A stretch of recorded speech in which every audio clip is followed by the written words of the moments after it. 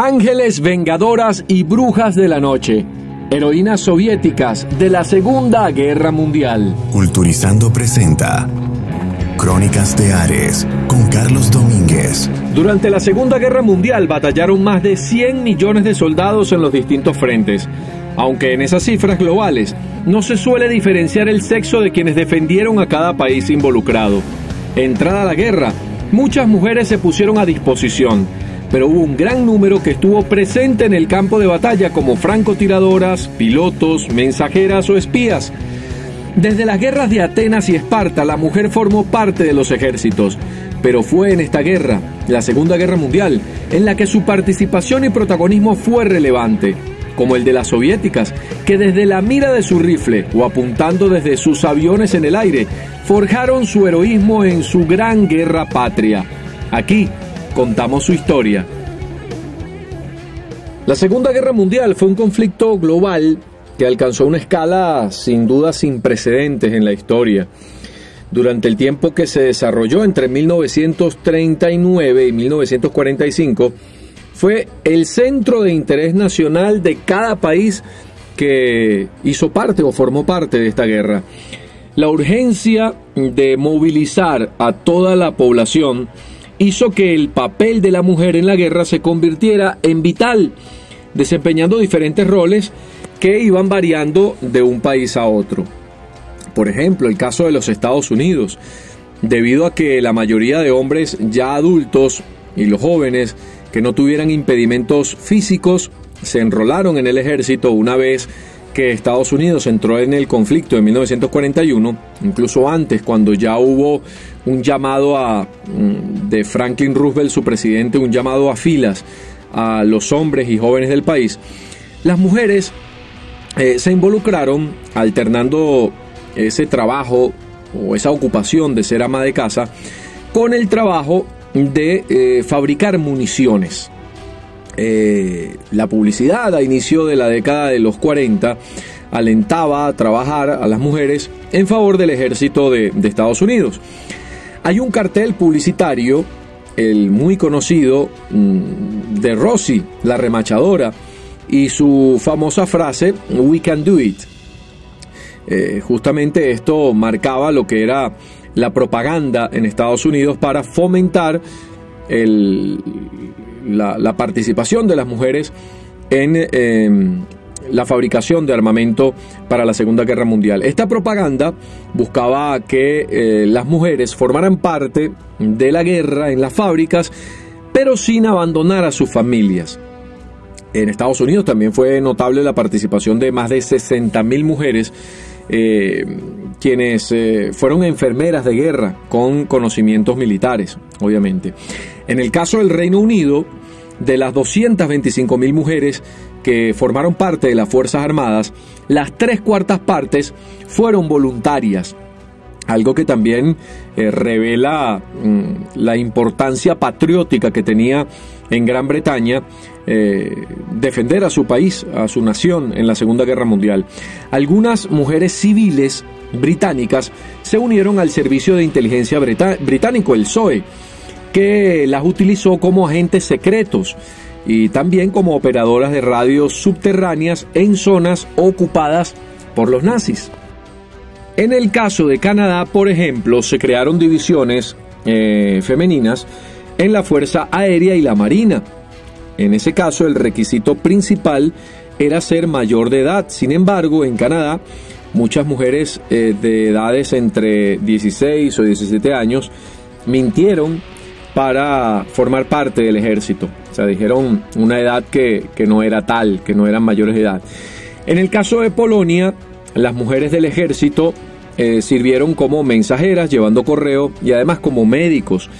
Pero muchas también se alzaron en armas y formaron parte de muchos combates. Una de las más notables y recordadas fue Wanda Gertz, que creó y ordenó el DISC, que era la unidad de sabotaje de la mujer, un batallón que peleó durante el levantamiento de Varsovia. De hecho, ella, por su valentía, fue galardonada con los premios más altos de su país, esta mujer Wanda Gertz.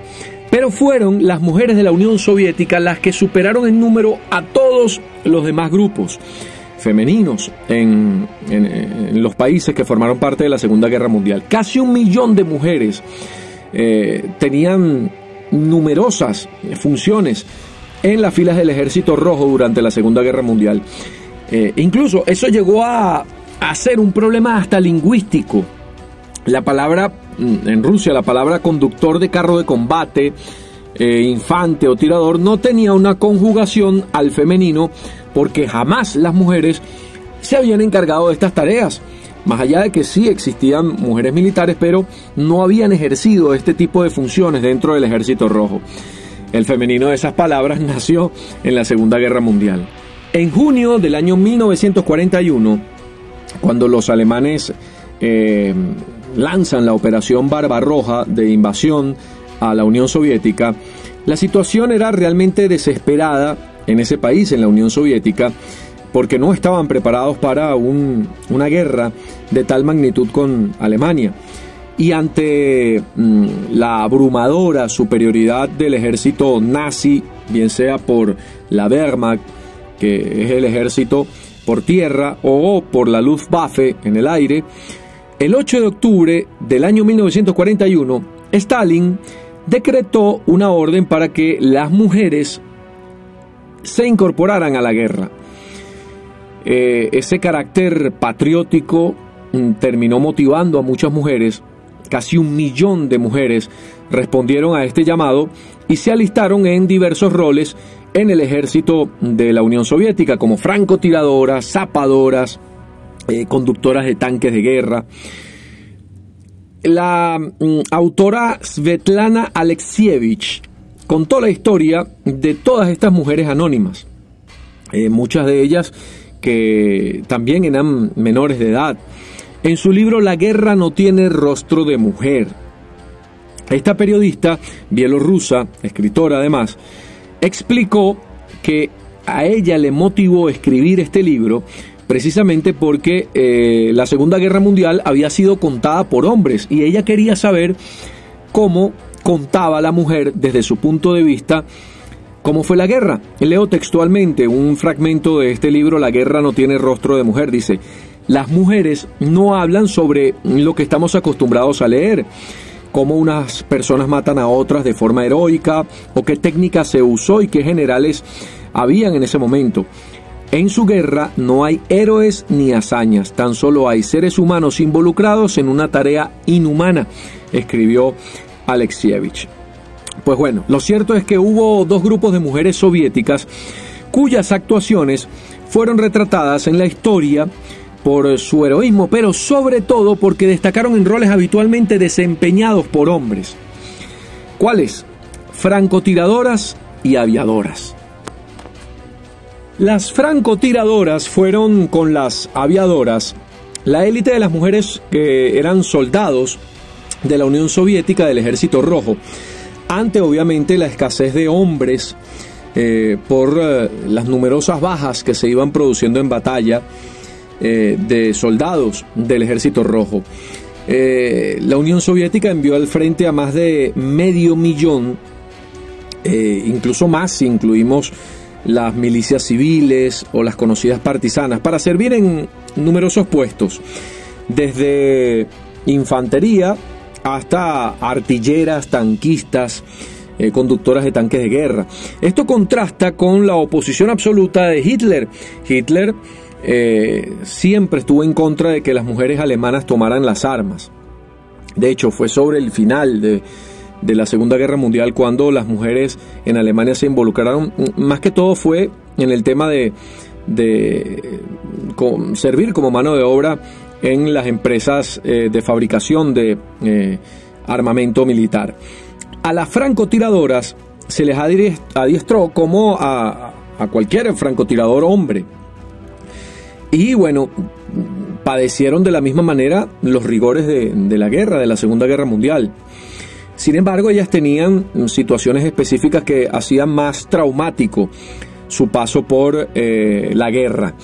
Bueno, les cortaban el pelo, las trenzas, no tenían ropas adecuadas, adaptadas a un cuerpo femenino, calzados mucho menos. No había instalaciones sanitarias específicas para mujeres, tenían que compartirla con los hombres. No había medidas de higiene completamente acordes a una mujer en la guerra. Todo estaba hecho para los hombres. A ellas se les enseñó a disparar, a camuflarse y sobre todo a las francotiradoras a permanecer inmóviles por muchísimos o largo periodo de tiempo, dado que, según hicieron algunos estudios en el ejército soviético, las mujeres tenían más rendimiento al momento de disparar con calma, con precisión, porque las mujeres eran más tranquilas y pacientes. Las francotiradoras luchaban en parejas, generalmente, y en el caso de la muerte de una compañera, que era muy habitual, solía representar un trauma terrible. De hecho, alguna de las francotiradoras perdió hasta 4 compañeras, según se relata.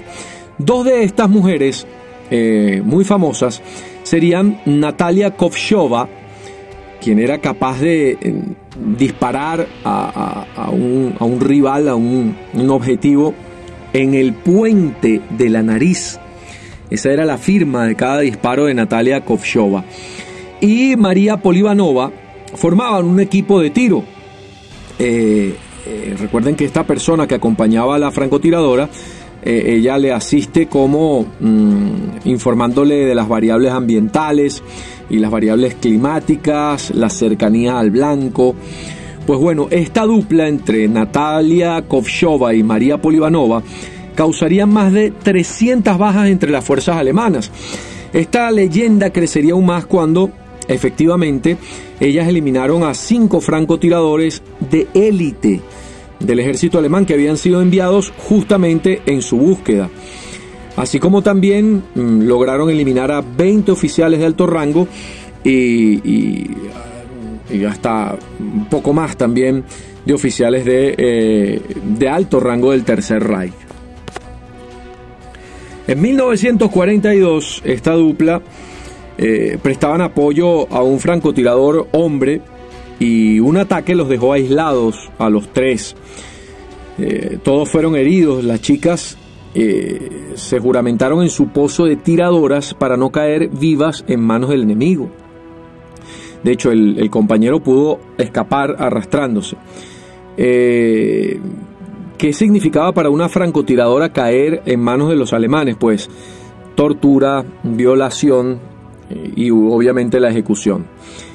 Pues ellas quitaron el seguro de sus granadas, esperaron a que llegaran sus atacantes y se hicieron estallar, matándose y llevándose por delante a unos cuantos alemanes. Así terminó la historia de esta dupla, Natalia Kovshova y María Polivanova. Este es un ejemplo de lo que significaba el trabajo que hacían estas mujeres como francotiradoras del Ejército Rojo. Otras 2 francotiradoras muy famosas y que no superaban los 20 años y que se dice eran físicamente muy atractivas fueron Rosa Shanina, que alcanzó ocasionar 59 bajas al rival, y Nina Lovkovskaya, con un estimado de entre 89 a 95 bajas enemigas. Precisamente, Rosa Shanina tenía un lema, decía: un cartucho, un fascista, cuando llevaba ya más de 20 alemanes aniquilados. Ella murió casi al final de la guerra por una metralla, justamente unos dicen que fue una metralla, otro que fue una granada que le explotó en el pecho, pues le abrió prácticamente todo el estómago y ella terminó pidiendo a sus compañeros que la mataran rápido para no seguir sufriendo. Hay casos como el de Sasha Shiliayova, a la que la coquetería de conservar una bonita bufanda roja durante todas sus misiones le costó justamente que por esa bufanda roja la lograra identificar un francotirador alemán. En el caso de Tania Baramzina, otra francotiradora, ella tenía un caso muy particular, y es que era muy corta de vista y llevaba lentes. La capturaron, la torturaron y la mataron con un lanzagranadas.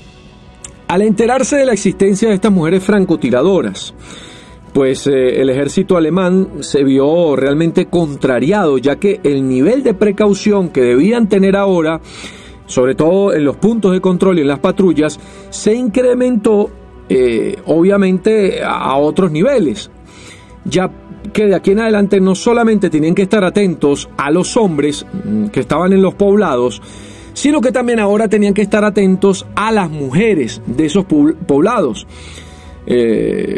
ya que a causa de la guerra las mujeres superaban en número ampliamente a los hombres, pues ahora también tenían que estar pendientes de las mujeres. Un dato interesante es que las mujeres generalmente se escabullían a territorio controlado por fuerzas nazis disfrazadas de campesinas o de pastoras. Llevaban sus rifles desarmados en las canastas de comida o el pelaje, dentro del pelaje de las ovejas como pastoras. Una vez que ellas se ubicaban detrás de las líneas o los flancos débiles del contrario, esperaban a los contraataques del ejército soviético para arrasar con los oficiales de rango de las filas alemanas. Esta tarea hubiese sido imposible para un hombre, ya que justamente para evitar este tipo de situaciones, generalmente se les prohibía transitar tan libremente por territorio controlado por las tropas alemanas, en cambio que las mujeres sí podían caminar sin tanto control. La investigadora rusa Lyuba Vinogradova escribió un libro súper interesante llamado Ángeles Vengadores, un libro en el que se expone una visión sumamente femenina de la guerra por las francotiradoras protagonistas. En ese libro se revela una serie de experiencias testimoniales de todas estas mujeres que se hicieron famosas por su éxito militar como francotiradoras. Y vamos a sacar algunos extractos de este libro tan interesante de esta investigadora rusa. Leemos textualmente: a 200 o 300 metros, a través de la óptica, ves perfectamente la cara de tu víctima. Sabes muy bien a quién estás matando. Todas estas mujeres francotiradoras explican que el primer muerto era un gran shock. Algunas se acostumbraban, pero otras no.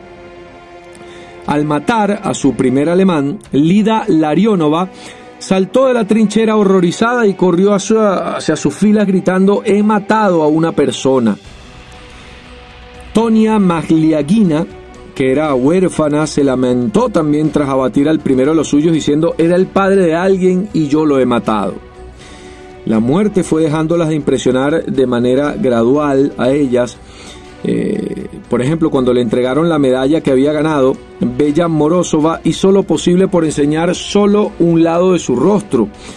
¿Esto por qué? Porque una bala le había entrado por la sien del otro lado del rostro, atravesándole la cavidad nasal, toda la parte de la nariz, y la dejó sin un ojo. Eso con solo 19 años. Y después de esa herida, pues regresó al frente. Había un soldado que se enamoró de ella, no cambió de opinión, luego de que prácticamente quedara desfigurada, y tras la guerra formaron una familia. Un raro final feliz. Duraron mucho tiempo juntos. Sin embargo, la francotiradora solitaria más mortífera de todas sería la famosa Lyudmila Pavlichenko, quien acumularía de manera confirmada 309 muertes, entre estas la de un general alemán.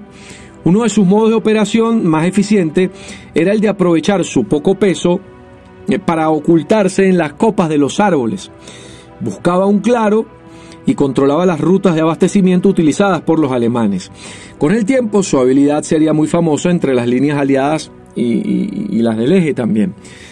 La autora que ya referíamos, Vinogradova, refiere numerosos casos de duelos de francotiradores con su contraparte alemana, incluso con muchos ases del rifle. Hay uno que se le acredita justamente a esta mujer, Pavlichenko, que se habría cargado tras acecharlo 24 horas, o sea, mató a otro francotirador tras estar al acecho de él por 24 horas. un hombre que había comenzado a cazar desde el asedio, lo pudiéramos llamar, a las playas de Dunkerque, y dicen que llevaba 500 enemigos cobrados. Este sería uno de los 33 francotiradores alemanes que liquidó la ucraniana. Le hace bien, de las 309 bajas, 33 francotiradores Pavlichenko había liquidado. Pavlichenko fue la primera persona soviética en ser invitada a la Casa Blanca. Fue recibida por el presidente de los Estados Unidos, Franklin Roosevelt, y ella logró una gran amistad con Eleanor Roosevelt, la primera dama de Estados Unidos, la esposa de Franklin Roosevelt, y con ella organizó una gira por todo Estados Unidos para dar charlas y promocionar el papel de la mujer en un conflicto armado. Pues matar nazis, esa era la misión de las francotiradoras, para lo que ellas se preparaban meticulosamente. Y aunque mataban nazis que habían invadido y devastado a la Unión Soviética, muchas consiguieron largas listas de víctimas, e incluso muchas de ellas disfrutaban de justamente liquidar al contrario. No hubo prácticamente ninguna que no se desmoronara y llorara su primera vez, eso sí es cierto, al alcanzar con su disparo a un ser humano. Ninguna tampoco se pudo librar de todos estos camaradas que sexualmente también, pues bueno, se acercaron a estas francotiradoras. Ellas tuvieron que soportar el acoso y los abusos, incluso de los altos mandos y de sus compañeros, hombres, quienes, recuerden, como se estilaba, bebían mucho vodka y muchas veces estaban ebrios para poder ser valientes e ir al frente. Pues estas mujeres tenían que combatir contra sus compañeros y contra los nazis. Muchas se hicieron muy populares y consiguieron el título de heroínas de la Unión Soviética. Sin embargo, después de la guerra no pudieron hacer una carrera continua en el ejército, y tras su regreso a casa, pues se les menospreció. Incluso se trató de olvidar lo que habían logrado en la Segunda Guerra Mundial. Hemos conocido la importancia que tuvo para la Unión Soviética sus mujeres francotiradoras. Sin embargo, hubo otro grupo de mujeres en otra función en la guerra que también destacaron y se hicieron muy famosas en la Unión Soviética durante la Segunda Guerra Mundial. Marina Raskova, muy conocida en su país por ser la primera mujer en recorrer la distancia entre Moscú y el lejano oriente sin escalas a bordo de un avión ANT-37 Rodina, se le llamaba ese avión. Ella se convirtió en heroína nacional, esto fue antes de la guerra. Ella aprovechó, la señorita Marina Raskova, la amistad que tenía con Stalin para proponerle la idea de formar un regimiento especial de aviación que fuera compuesto exclusivamente por mujeres. Stalin no le dijo que no, le sometió a consideración del Estado Mayor esta propuesta que le hacía para la conformación de una unidad de mujeres aviadoras, y le pidió una respuesta pronta justamente al alto mando militar. Los círculos militares se opusieron a esta idea. Sin embargo, cuando comenzó la Operación Barbarroja, la invasión nazi a la Unión Soviética, pues bueno, otra vez Marina, esta chica Marina Raskova, volvió a decirle a Stalin que era necesario la conformación de un cuerpo de aviadoras mujeres. Pues bien, justamente ante el ya mencionado llamado de Stalin a las mujeres a las armas en octubre de 1941, tras la invasión de Alemania, Marina Raskova se volvió a acercar a Stalin y dijo que había mujeres que podían ocupar puestos de aviadoras en el ejército. Pues ante la necesidad, la emergencia y la escasez de hombres, hay que decirlo así, pues Stalin accedió y se crearon 3 regimientos femeninos de combate aéreo. la división 586, la 587, pero la más famosa de todas, que fue el Regimiento 588 de bombardeo nocturno. Para formar parte de ese batallón se reclutaron 115 mujeres voluntarias, todas entre edades de 17 y 22 años. Lo primero que se le ordenó fue que se cortaran sus trenzas, su cabello, su largo cabello, para asemejarse obviamente a sus compañeros hombres. En apenas 6 meses, esas inexpertas mujeres recibieron un entrenamiento intensivo en técnicas de combate, pilotaje, supervivencia, que generalmente duraba año y medio. Ellas lo lograron hacer en apenas 6 meses. Una vez finalizada esta preparación, el Ejército Rojo apenas le pudo entregar unos aviones sumamente anticuados, los conocidos Polikarpov II, que eran biplanos de los años 20, justamente después de la Primera Guerra Mundial, que hacían tareas de fumigación y apenas de entrenamiento. Pues bueno, estas mujeres, como ya habíamos descrito antes, se vistieron con sus trajes masculinos y las botas que también tenían que rellenar con papel periódico, ropa de cama para que no se les resbalaran los pies porque le quedaban grandes las botas. Pues tenían que salir a combatir con esos aviones que eran de madera contraenchapada y además de lona. No tenían protección alguna estos aviones. En la noche, las pilotos, recuerden que había un regimiento de combate nocturno, pues por las noches las pilotos tenían que soportar temperaturas muy por debajo de 0 grados centígrados, arriesgándose a la congelación. Por ejemplo, durante los duros inviernos de la Unión Soviética, montarse en un avión helado tenía el riesgo de que la piel se te quedara adherida inmediatamente al fuselaje del avión. Estos aviones eran tan pequeños, tan anticuados, que no tenían compartimientos para almacenar y lanzar las bombas, por lo que las mujeres tenían que llevar los explosivos en sus piernas arriba mientras piloteaban. Estas mujeres realizaron su primer vuelo de combate contra la Luftwaffe alemana el 12 de junio del año 1942. Los llamados Kukuruznik o mazorca o maíz, así se le conocían aquellos biplanos, estos famosos aviones Polikarpov II. Eran muy lentos, tenían la cabina abierta, apenas tenían una protección de vidrio que no protegía de las balas enemigas, ni obviamente del fuerte viento que hacía. No tenían mapas, no tenían radio, se podían perder con mucha facilidad. Pues hubo que esperar hasta el año 1944 para que esos biplanos fueran equipados con ametralladoras. Volaban a una altura de 3.000 metros y a 120 kilómetros por hora, eran bastante lentos. Sin embargo, eran aviones difíciles de detectar. Todas las misiones las hacían de noche, entre 10 y 15 salidas en una sola noche. Volaban en grupos de 3, 2 aviones actuaban como señuelos y el tercero, que apagaba el motor, planeaba, incluso mucho más lento que un propio paracaidista, era el que lanzaba las bombas sobre el objetivo. Y así hasta que las 3 aeronaves se devolvían luego de completar la misión. Estos aviones Polikarpov II tenían un ruido muy particular en sus alas, que cuando rozaban con el aire, los alemanes lo comparaban con una escoba. Por ahí es que nació el apodo que se ganaron por parte de los nazis, las brujas de la noche, o Nachtschensen en alemán.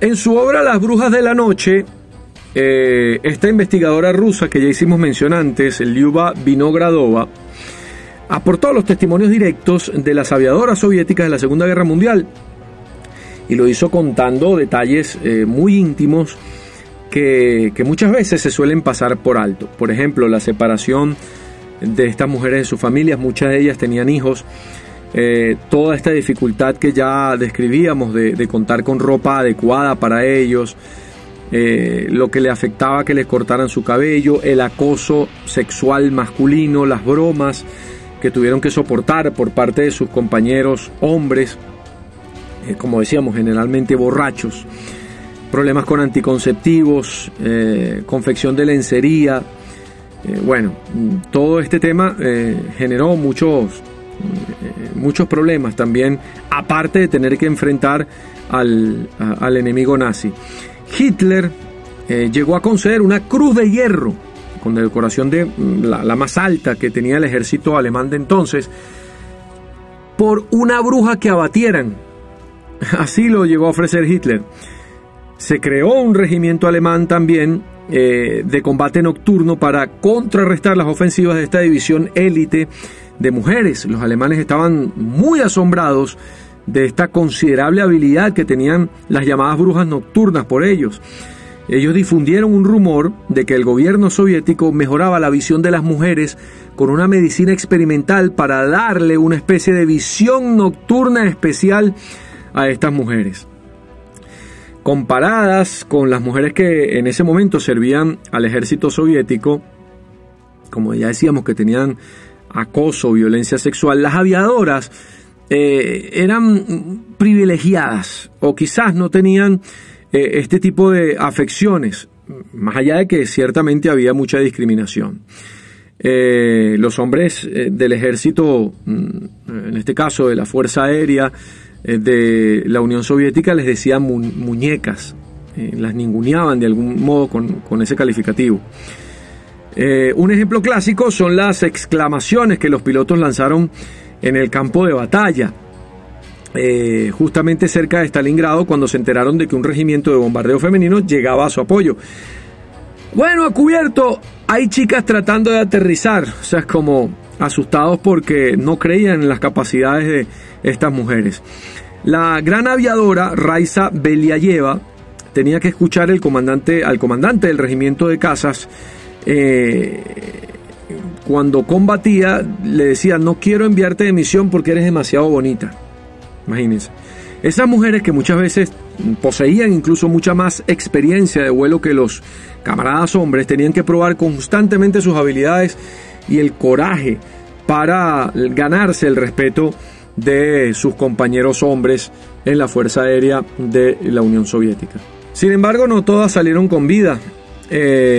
Las famosas brujas nocturnas perdieron 32 pilotos, incluyendo a su coronel Marina Raskova, quien fue la que ideó la conformación de estos regimientos aéreos conformados por mujeres. Cuando ella fue enviada a la línea del frente, pues ahí fue abatida. A su muerte se celebró el primer funeral de Estado de la Segunda Guerra Mundial y sus cenizas fueron enterradas en el Kremlin, las de Marina Raskova. Sin embargo, otras 23 pilotos obtuvieron el prestigioso título de Héroe de la Unión Soviética. La emoción tras cada victoria era la misma de muchos hombres, pero era expresada de un modo distinto. «Has derribado un Heinkel, querida», le espetó su mecánica Alera Komiakova al aterrizar tras un combate contra una formación de bombarderos alemanes. Inmediatamente, el resto de mujeres del personal de tierra la rodearon y la besaron. La aviadora sería derribada poco después y encontraron su cuerpo en un campo de girasoles.